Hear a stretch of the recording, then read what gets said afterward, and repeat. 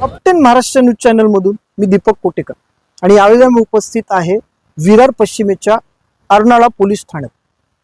जवळजवळ संध्याकाळी 4 ते 5च्या सुमारास अर्नाळा नवापूर रोडच्या जवळ 7 सीज नावाचं रिसॉर्ट आहे।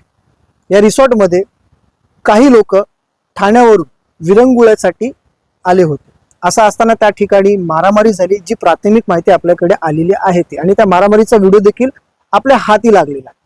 आणि रिसॉर्टच्या काही स्टाफने ह्या लोकांना अशी मारहाण केलेली आहे की त्याच्यामध्ये एकाचा मृत्यू झालेला, आणि ज्यांचा मृत्यू झालेला आहे त्यांचं नाव आहे मिलिंद रघुनाथ मोरे। मिलिंद मोरे हे रघुनाथ मोरे यांचे पुत्र असून रघुनाथ मोरे हे ठाण्याचे माजी जिल्हाध्यक्ष शिवसेनेचे होते।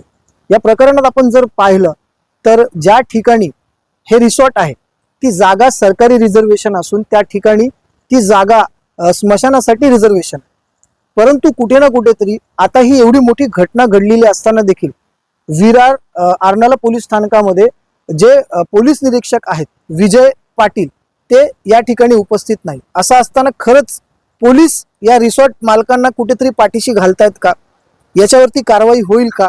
आता याच्यावरती येणाऱ्या काळामध्ये पोलीस प्रशासन काय भूमिका घेईल हे पाहण्यासारखं ठरेल।